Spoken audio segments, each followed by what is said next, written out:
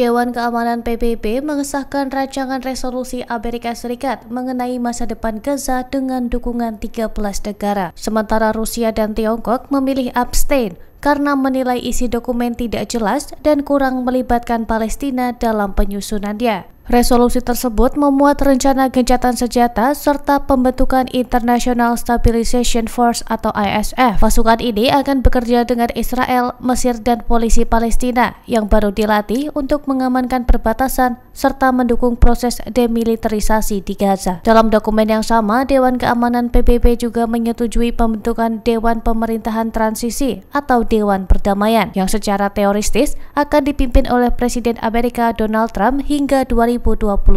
Meski mencantumkan kemungkinan berdirinya negara Palestina, sejumlah pihak menilai teks resolusi masih terlalu kabur dan minim detail. Hamas menjadi pihak yang paling tegas menolak keputusan tersebut. Hamas menyebut resolusi PBB sebagai bentuk perwalian internasional yang tidak sesuai dengan aspirasi rakyat Palestina. Hamas juga menilai mandat pelucutan senjata menjadikan pasukan internasional berpihak kepada Israel serta tidak memenuhi kebutuhan politik dan kemanusiaan warga Gaza. Sejumlah warga Gaza yang diwawancarai Al Jazeera juga menyampaikan kekhawatiran atas rencana itu. Mereka menilai keputusan tersebut justru menambah ketidakpastian dan dapat menggerus hak rakyat Gaza untuk menentukan pemerintahannya sendiri. Sebaliknya, pemerintah Israel menyambut baik resolusi tersebut.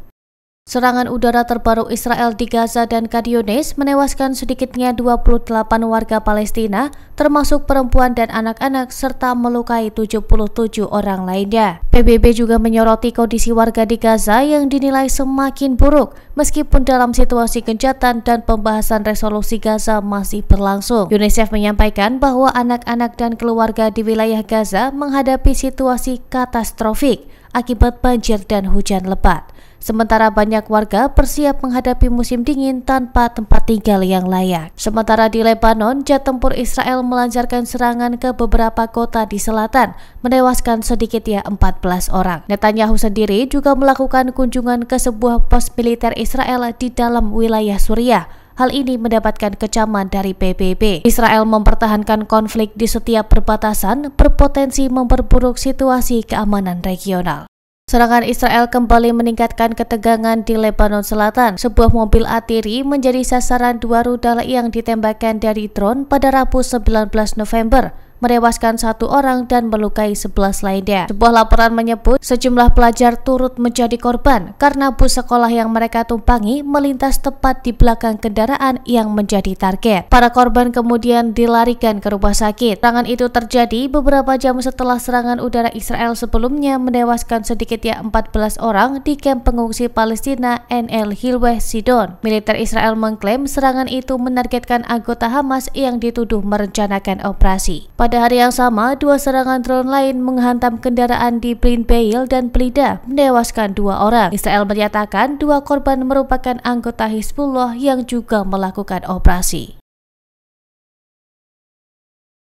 Presiden Amerika Serikat Donald Trump menyatakan siap turun tangan menyelesaikan konflik Sudan setelah menerima permintaan langsung dari putra mahkota Arab Saudi, Mohammed bin Salman, Rabu 19 November. Ia menegaskan dimintai menggunakan pengaruh dan kekuatannya untuk menghentikan kekerasan yang berlangsung di Sudan. Trump menambahkan Amerika akan berkoordinasi dengan Arab Saudi, Uni Emirat Arab, Mesir, dan mitra Timur Tengah lain untuk menghentikan kekejaman yang terjadi di Sudan. PBB juga menyatakan di Sudan kini 2 kota El Fasher dan Kadugli telah memasuki fase kelaparan. Sekitar 45% penduduknya mengalami kerawanan pangan akut.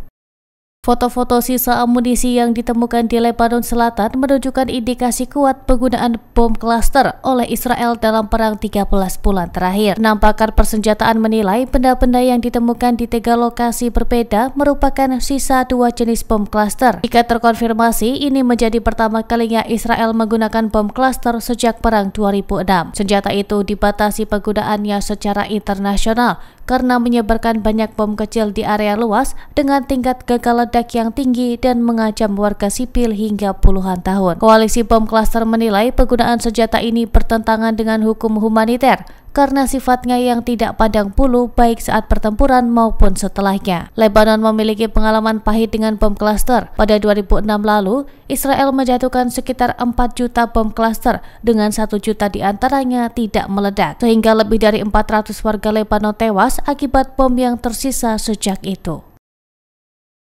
Download Tribun X sekarang, menghadirkan lokal menjadi Indonesia.